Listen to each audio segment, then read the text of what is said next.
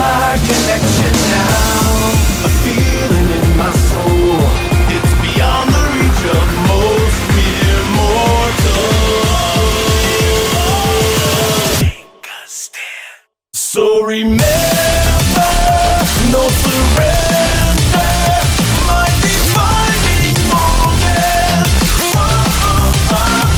I will stand up, overcome my past. This is different to the end. If it takes forever, no surrender. Now or never, my last stand.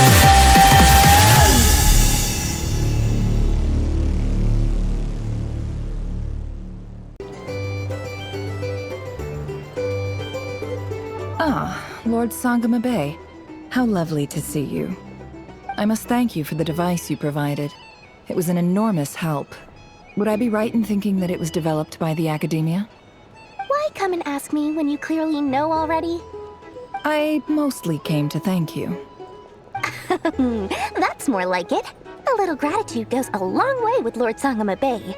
Play your cards right, and you might even stand a chance of becoming my long-term supplier. The chance to work with such a kind and charitable investor as yourself would be a great honor for the Curatorium. Huh? Charitable? Who said anything about charity? First time hearing about it. Let's see. The first plot of land you purchased in Nodcry, your desert interests, and... Stop! What do you think you're doing? Exposing my investment history! It's nothing to hide from. They're all perfectly legitimate investments. And some of the land you purchased was with the intent of building a sanctuary? Yes, I heard about that too. How did you... You're a curious case, Lord Sangama Bay. You don't like people finding out about your good deeds, do you? But I'm afraid no matter how hard you try to keep things under wraps, where there's a will, there's a way.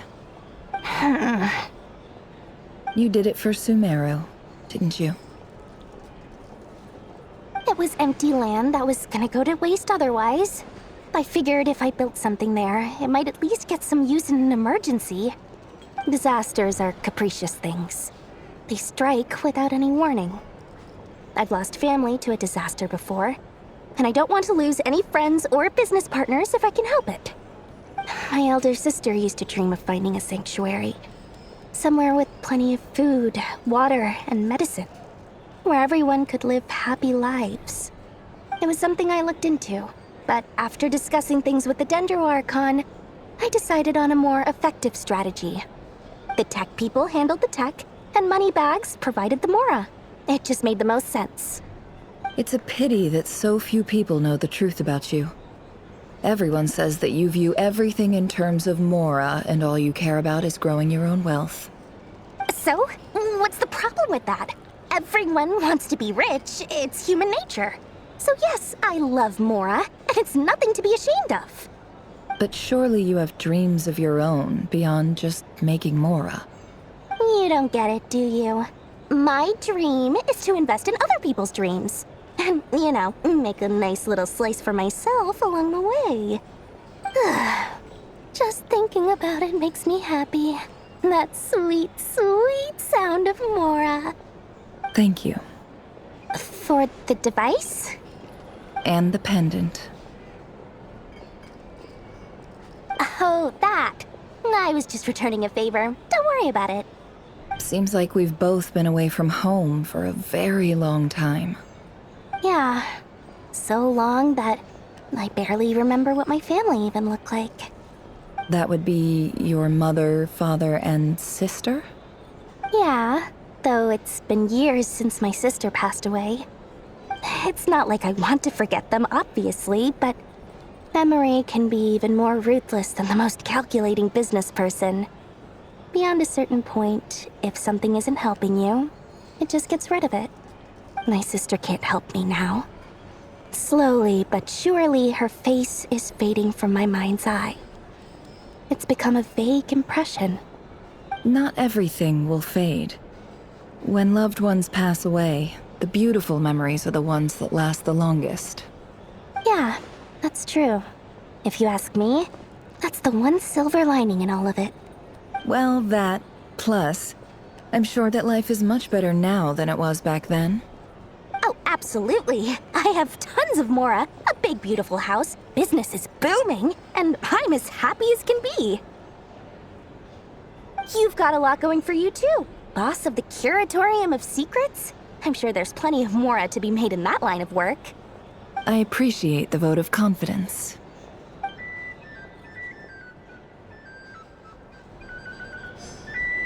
Our drink recommendations? A drink? Or some information? Either way, I'd be happy to oblige.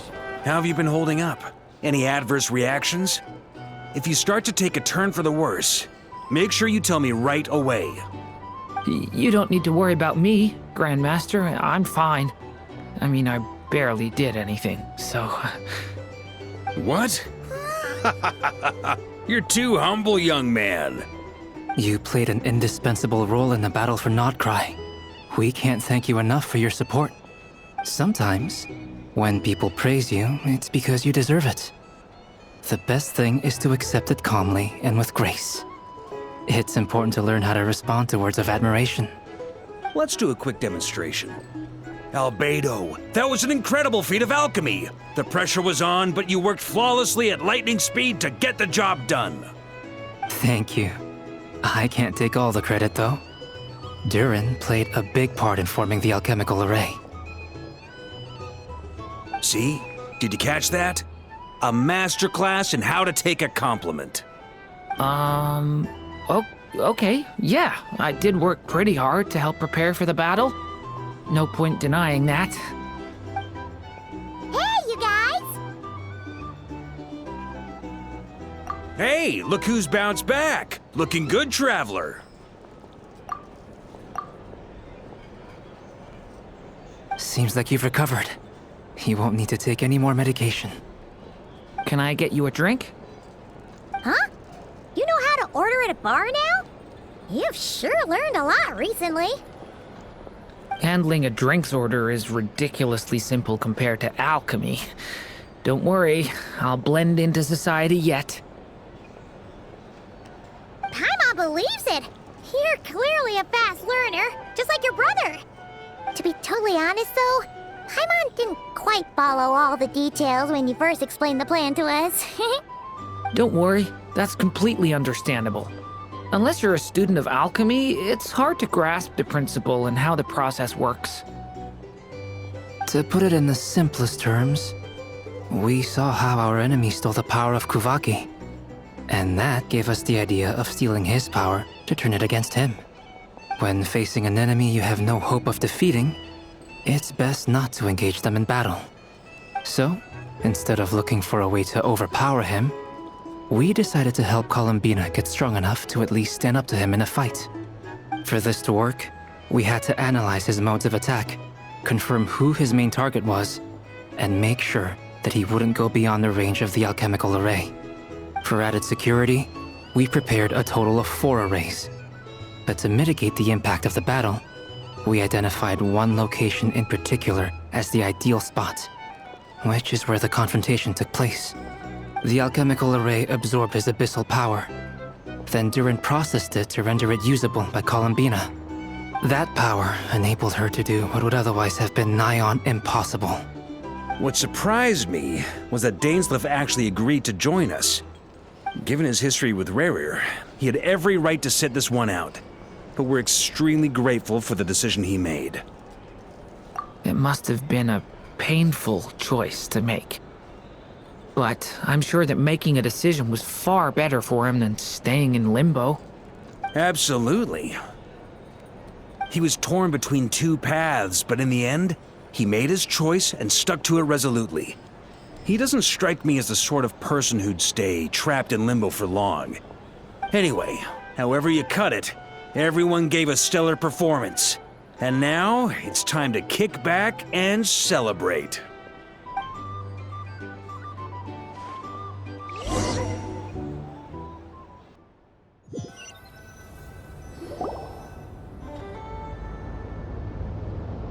that's the only reason you're here?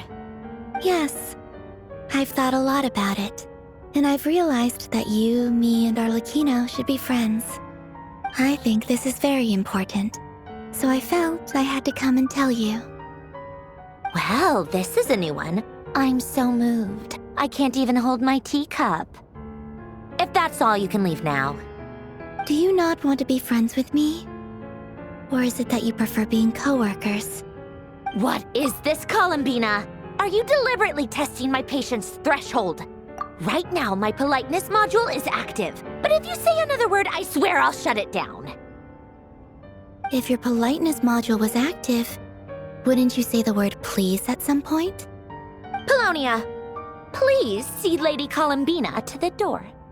Will you still invite me to your next tea party? What? Yes, I think you will. Bye-bye, dear Sandrone.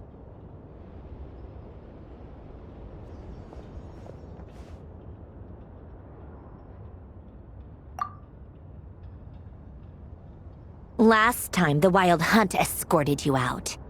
Would you rather I handled it myself this time?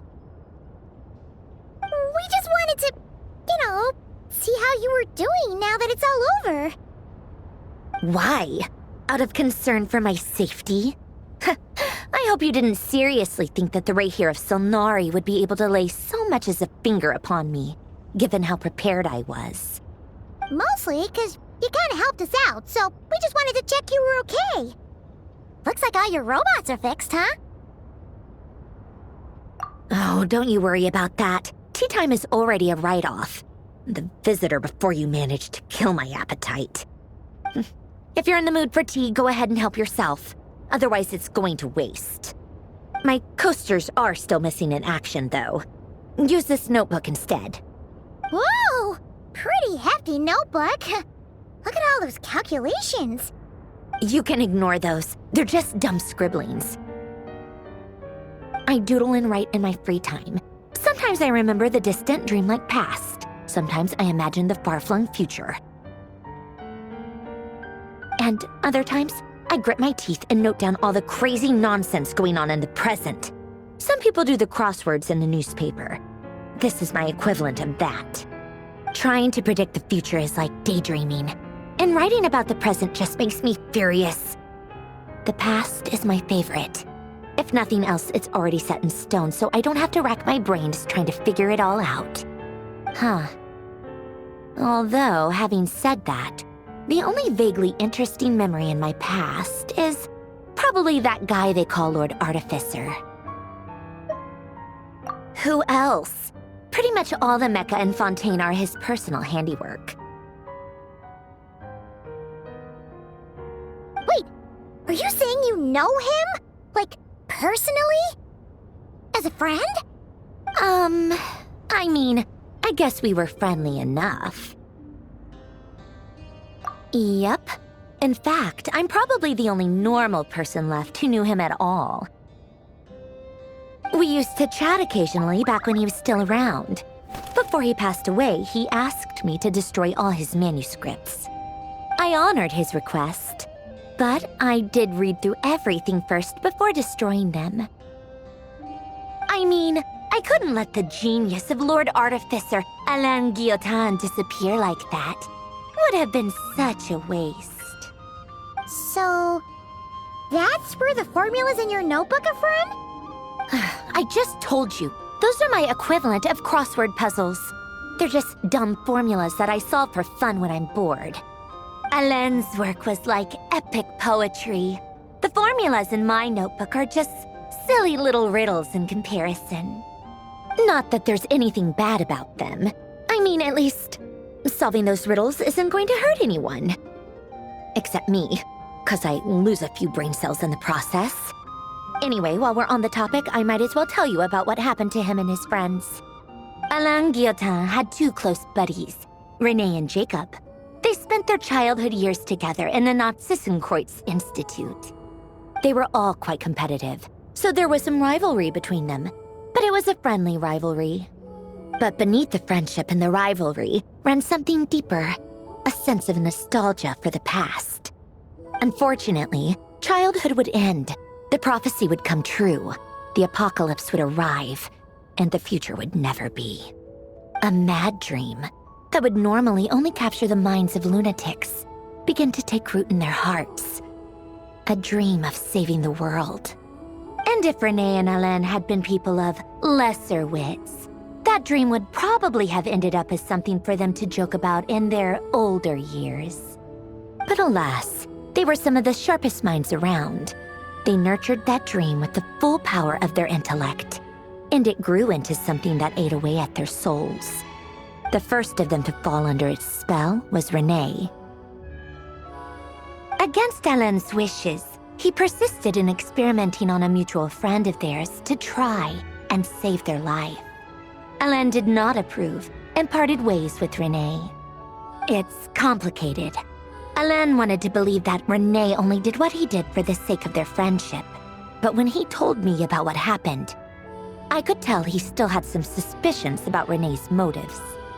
Perhaps the seed that would grow into a nightmare had already sprouted in Renee's mind. Even then, the next time they met, Renee's soul had been completely engulfed by the dream of salvation. His futile attempt to change the tide of fate only resulted in a wave that swallowed up the world, even before the apocalypse came.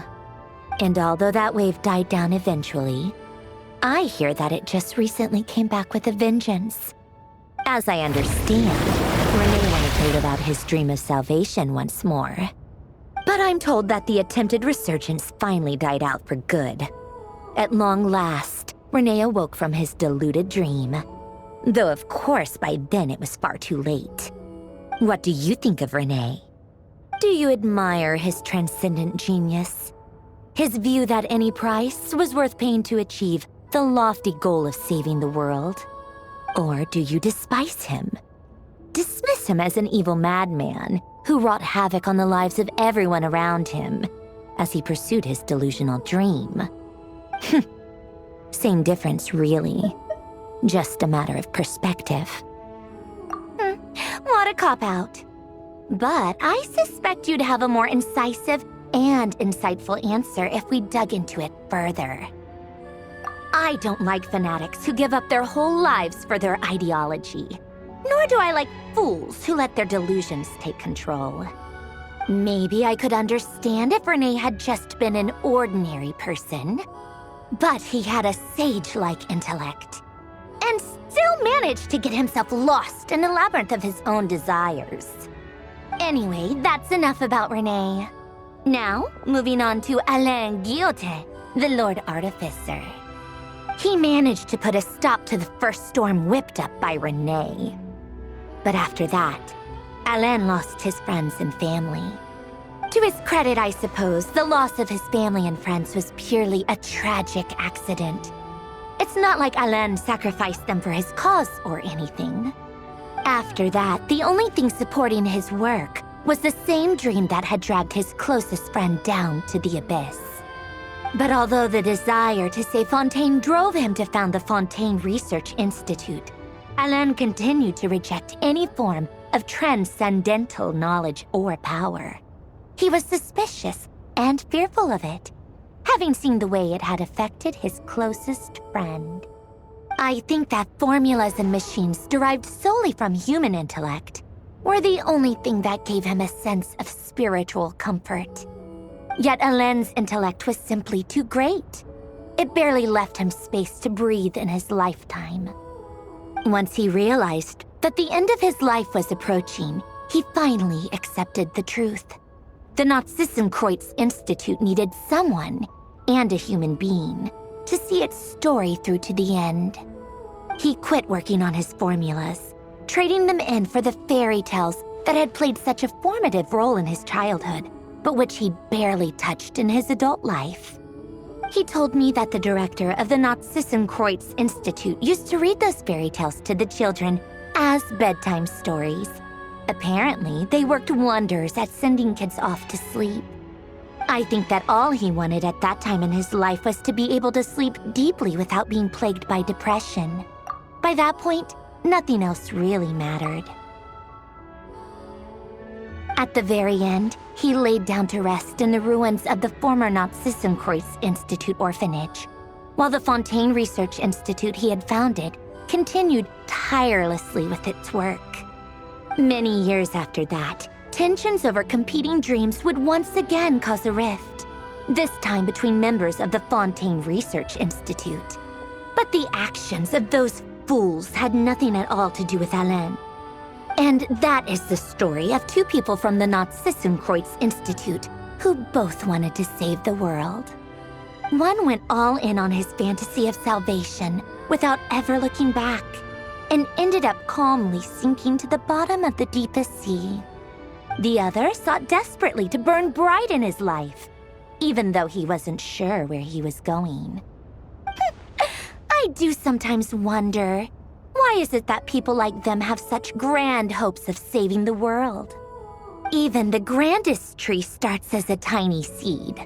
So perhaps, for each of them, their mission to save the world began with a very simple desire: to save themselves.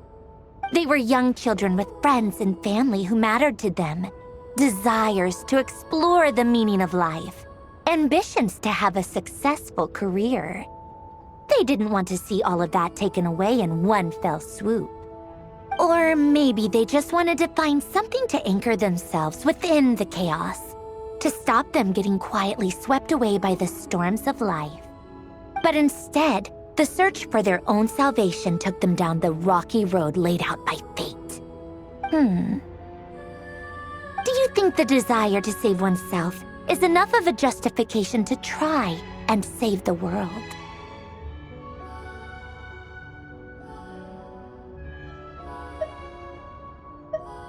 You don't know?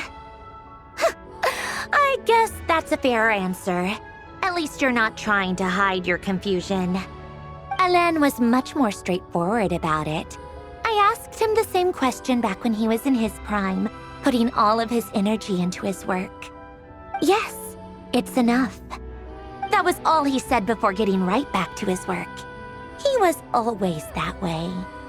All right, tea time's over. I owe Arlecchino a favor for telling me these stories. I'll have to bring a whole sack of gifts the next time I visit the House of the Hearth. I'm gonna go tinker with Polonia now.